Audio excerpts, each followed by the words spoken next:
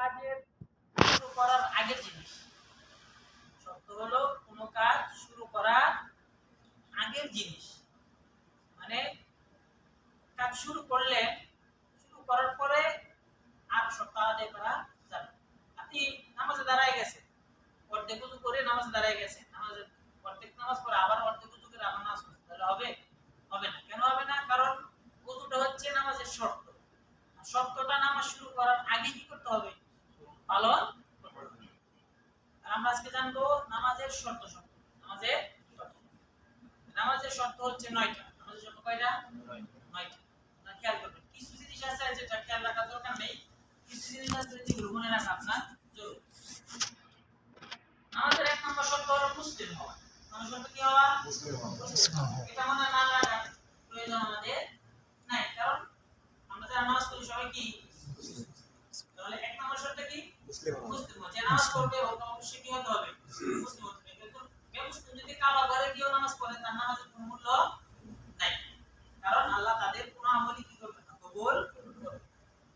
তাহলে 1 নম্বর শর্ত কি বললাম? মুসলিম। আমরা মুসলিম নাকি মুসলিম না? আলহামদুলিল্লাহ, এই শর্ত আমাদের অটো পালন। 2 নম্বর শর্ত হলো জ্ঞানবান হওয়া, আকল থাকা, পাগল না হওয়া। 2 নম্বর শর্ত হচ্ছে পাগল না হওয়া, আকলবান হওয়া।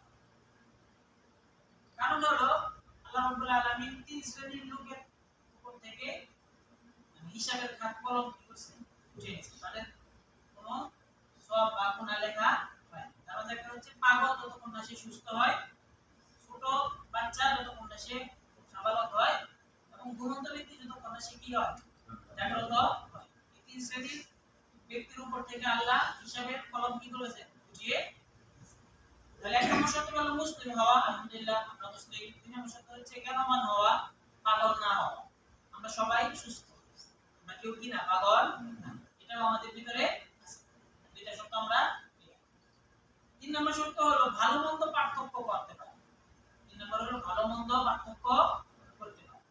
ভালো মন্দ পার্থক্য করতে পারা বলতে বোঝায় যে যেমন একদম ছোট বাচ্চা, 4 বছর, 3 বছর বয়স, 5 বছর বয়স, ভালো কি মন্দ কি, কোনটা করলে ওর লাভ, কোনটা করলে ওর ক্ষতি, পুকুরে পড়লে ও সাঁতার জানে না, ও ডুবে যাবে, এটা বুঝে আগুন ধরলে পুড়ে যাবে, এই ধরনের জ্ঞান এখনো কি ওই ছেলে পায় নাই। এটা কি ওষুধ নাকি ওর জুস, এটা কি ওর মার ওষুধ, বাবার ওষুধ নাকি ওর খেলনা, এই ধরনের ভালো মন্দ কি নাই, কোনো জ্ঞান যার হয় না, এরকম ব্যক্তির নামাজ পড়ে।